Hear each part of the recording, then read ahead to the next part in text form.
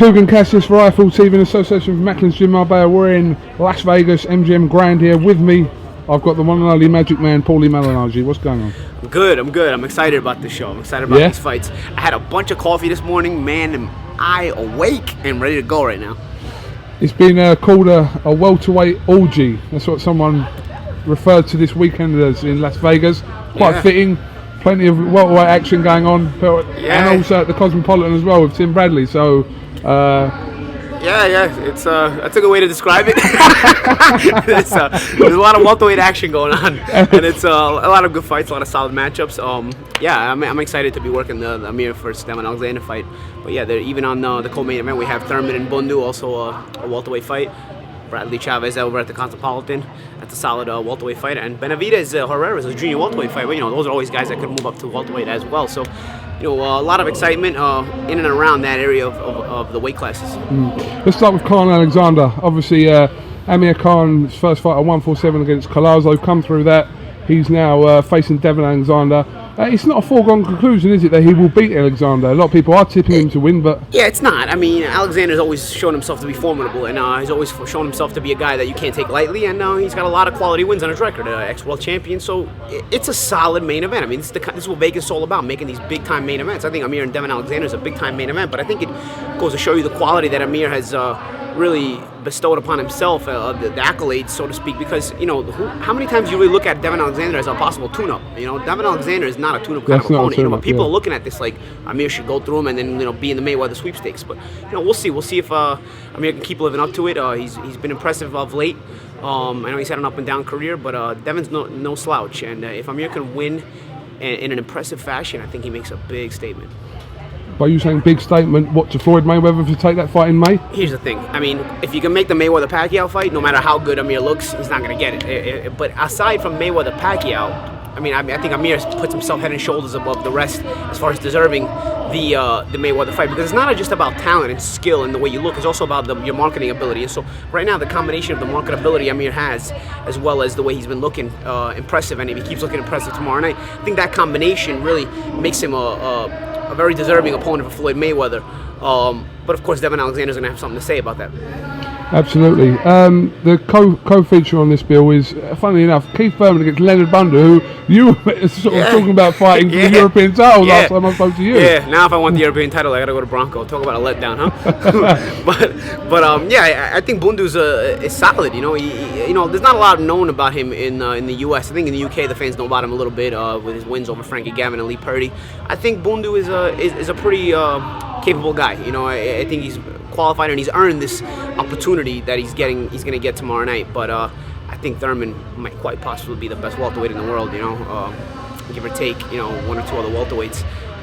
He's very impressive. He's been looking great. Hard to find real flaws in Thurman right now at the moment in his prime. Bundu, as good as he is, had to go probably pick the worst of the American welterweights you want to fight right now. But if you're going to step it up, Bundu's nearly 40 years of age. Or if you're going to step it up, why not go for the gusto? That's what I say. Go for the gusto. And that's what you got to give Leonard a lot of credit. You got to give Leonard a lot of credit going for the gusto. And honestly, I don't think Leonard will do himself any disservices. I think Leonard always shows up to fight. I think he's shown that in his character. He's a guy, he's willing and capable of getting in the ring with anybody, and he's skilled enough, and he's got the mentality of a warrior. And I think he'll do that tomorrow night. It's just Thurman and Thurman. I know we spoke about Mayweather and Pacquiao. In your opinion, do we see that fight next May? They're getting close. It's always some little roadblocks and difficulties, but I'm hoping you see the fight in May. I'm pretty confident it's a good chance that it happens. It's the closest we've gotten in a while. They've agreed on a lot of things. It's just there's a couple of things, obviously, they still have to get straightened out, but I've got my fingers crossed, man. I think it's a big fight. And again, unfortunately, if Amir looks sensational tomorrow night, it's still not going to make a difference, and that's almost that's the only shame out of the whole thing, because Amir is the way he's been looking lately is and if he looks sensational tomorrow night, it really would make him deserving of the fight. But at this point, there's been so much talk of Mayweather-Pacquiao for so long that if you can make that fight, you have to make that fight. A fight that we crave in the UK is obviously Amir Khan against Kell Brook. I want to see it. I want to see it. We all want to see it. But how do you think that fight goes if it was to happen next year? That's an awesome fight, because Kell, we talk about Amir enjoying a moment of really looking good lately. Kell is also having the same kind of blossoming to his career as well, because on an international level, I think people in Europe always knew about Kell and always knew how dangerous he was, especially the people in the UK, and how good of a fighter he was and how much quality he brings to the table. But I think internationally, he wasn't as known yet. You know, there was a lot of questions about Kell going into his last fight with Porter, because in America we didn't know him as much as they do over in Europe. But you know, I always felt Kell was a high quality operator, and he showed that in the last fight. And I think he's going to continue to kind of have this blossoming kind of time period right now, the time frame that he's having.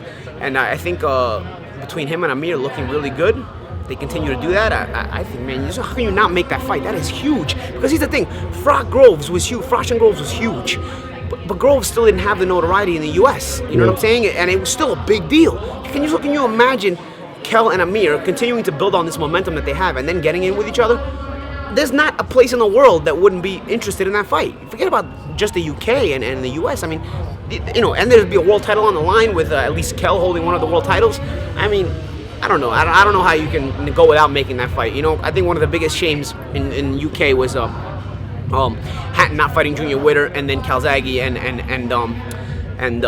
Froch not being able to get in the ring as well. You know, I think those kind of fights domestically, they build up the UK boxing scene on a massive platform. You know, you see those guys in the 90s like Ben, Watson, Eubank. Yeah. Oh my God! You know, they put the UK boxing scene on a worldwide map, and I think when you have those kind of domestic rivalries, and the UK fighters are world class, you have to make those fights, because then not only do you have the UK interest, you end up having the international interest, because those guys are on an international level. So I think you have to make it. And they both got great teams. Amir was with Golden Boy and Al Heyman. Kell's with Eddie Hearn, who does a great job with his fighters. I think, you know, between the awesome teams that they have and the awesome ability as fighters that they have, I don't think this fight not happening will be allowed. I think it has to eventually happen. We certainly hope so. What's the situation with you at the moment? I don't know, man. I can't make up my mind, but I'll tell you what. I've been in the gym. I feel pretty good. I'm gonna wait for a decision in the new year, but I gotta say I feel pretty good. I feel like I've totally recovered, and my rhythm is starting to come into gear in the gym a little bit more than it has in the past few months. So, you know, I'm interested in some stuff. I'm always still interested in the EBU title, in the very least, you know. Unfortunately, like I said, unfortunately, Bundu doesn't have it anymore. I think that would have been a nicer test. Gianluca Branco has that title right now. I'm interested in fighting him just because he has the EBU title, but honestly, how big of a fight it really is that, you know? Have you been offered a fight with any of the other, like, American? No, not right now. No, because I refuse to make public what I want to do yet. You know, so nobody's gonna offer me a fight until they first hear from me that I want to fight for sure. And I don't. Obviously, the way I'm talking, I'm kind of leaning towards fighting. But you know, I don't want to really announce anything until the new year. I want to see how much I eat during Christmas and stuff. Because, you know, man, sometimes you eat too much and then you're like, man, do I really want to lose this weight? But honestly, I've got my weight down a little bit. Hopefully it doesn't come back up during Christmas. Because, you know, I just had my birthday. In the U.S., we also had Thanksgiving, Christmas. So the last 2 months of the year are really tough for me, man. Because it's just eating opportunities everywhere. But I've been training, and like I said, I've been feeling good. And so we'll see after New Year's. All right, well, listen, Mr. Malignaggi, thanks for talking to IFL TV.